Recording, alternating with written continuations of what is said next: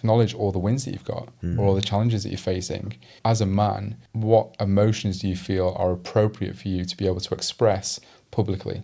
So if we think about crying, for example, or extreme anger, where is it appropriate to show those things? At a funeral, in a sporting game, anything outside of that? And the answer to that will be very different person to person. But what about like happiness and joy? What about celebrating yourself, celebrating all your wins? That inner voice of how you talk to yourself and how you accurately take a snapshot of your life and acknowledge all the wins that you've got, or all the challenges that you're facing.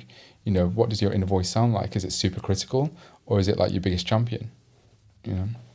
It's fascinating, 'cause going back to like the school point as well, sort of being told off for making connections with other friends of yours in the classroom, that sort of being such a critical point to find a voice for yourself, and how that's such a challenge for young males in that sense, where there isn't that sort of forward thinking especially in the UK. And again, like in Scandinavia, there seems to be a bit more of that, where it is more play. It is sort of like focusing on what children might need right now.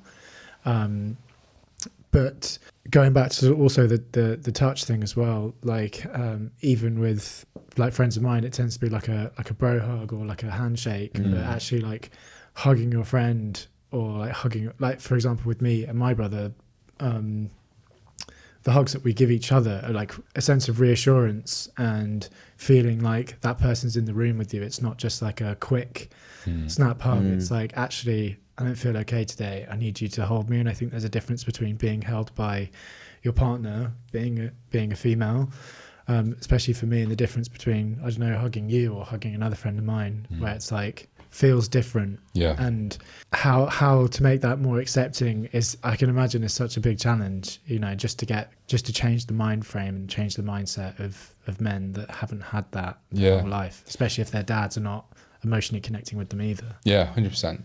And it's a big thing that we see on the retreats as well. Like, as you were saying that, it really brings to mind this guy that I know, Dimitri, Russian guy. He's about 6'5", 6'6". I'm 6'2". Fucking hell, when I get a hug off this guy, I start crying. And I think there's a real transference for me there around seeing him as a father figure. So being held by a man who's bigger than me, and feeling like, even though again my granddad would have been affectionate with me and whatnot, I don't recall having that from my real dad. And I think there's something in me on a nervous system level that feels like a small child being held by this guy who's 6'5". And it's like regressing into that childlike state, and it's a big thing. And he just holds me. He's like, it's all right, and he'll just literally hold on as long as I need, and he'll just let me cry for a bit. And I'm like, God, mate, I'm sorry, I don't even know where that's come from. Like, I feel absolutely fine, but you've just literally turned me into a bubbling wreck. And it's actually just being able to give somebody the space and just being comfortable in that. Sometimes we do just need to be held.